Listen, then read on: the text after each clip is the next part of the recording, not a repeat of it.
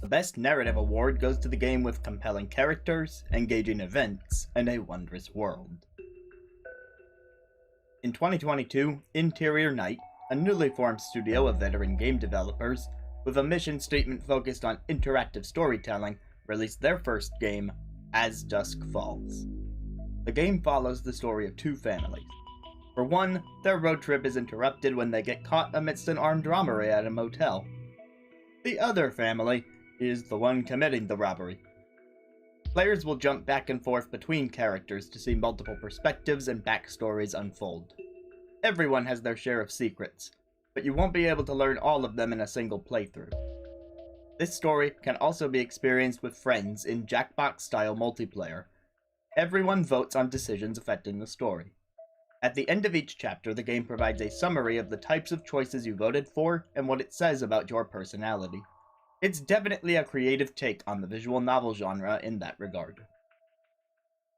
Despite being a mainline game, Xenoblade Chronicles 3 has an approach to narrative that fits more within the structure of Xenoblade Chronicles X. In X, the players are set out into a giant world.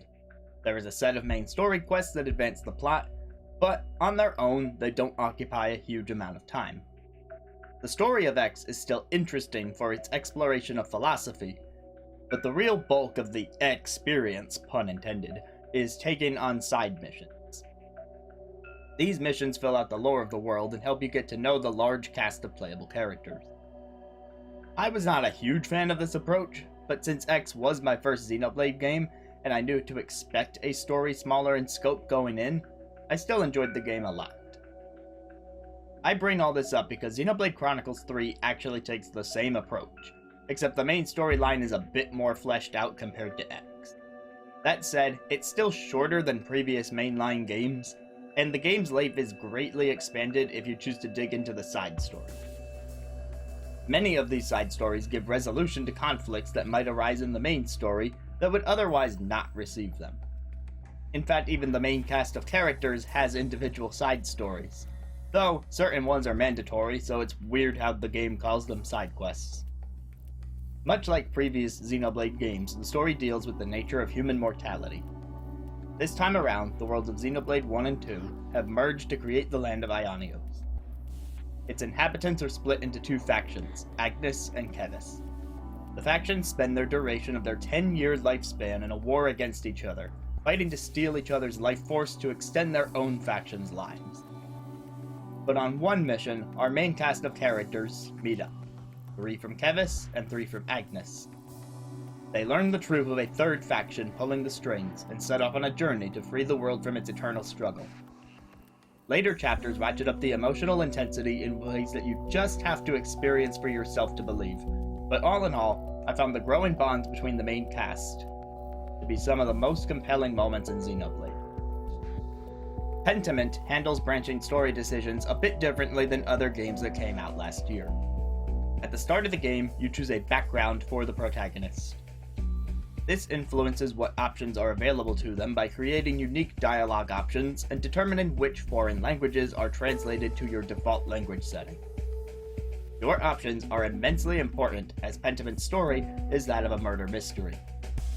In addition, the game limits how much you can do on any given day, so beyond your character build determining what options are available, you're also left having to make a choice between exploring different leads.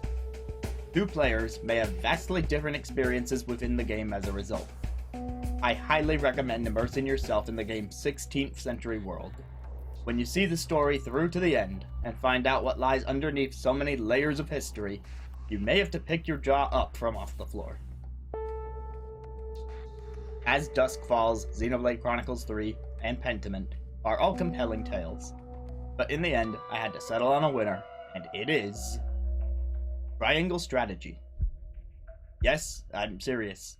The game with the most laughable naming scheme has the best story that I heard last year. Yes, even though it features a war over salt and iron named the Salt-Iron War. Yes, even though it's a tactics game featuring 3 factions named Triangle Strategy. Sorry, I'm still not over Square's ridiculous title trend. I'm looking at you next, Various Day Life. So, what did the game do right? Well, 2022 was a big year for choice-driven narratives. While As Dusk Falls offered multiplayer input, and Pentiment sets limits on your available choices to fit your character, Triangle Strategy had its own system, that of conviction. You will not be making as many story-altering decisions in Triangle Strategy compared to the other nominees, but the ones you do make all have incredible weight. The choices have so much impact that it wouldn't be fair of protagonist Serenoa to make them alone. As you advance through chapters, the game gives you a chance to build up your conviction. Based on dialogue branches with NPCs, you'll accrue points in either morality, utility, or liberty. On the first run of the game, these totals are hidden from you. However, they will determine what choices you're ultimately able to make. Whenever your army needs to make an important decision, they'll gather at the Scales of Conviction. Each main character is given a coin with which to vote on a course of action. In these sequences, you can only control Serenoa. While you may be able to vote however you'd like, the other characters will have their own convictions about which path is right.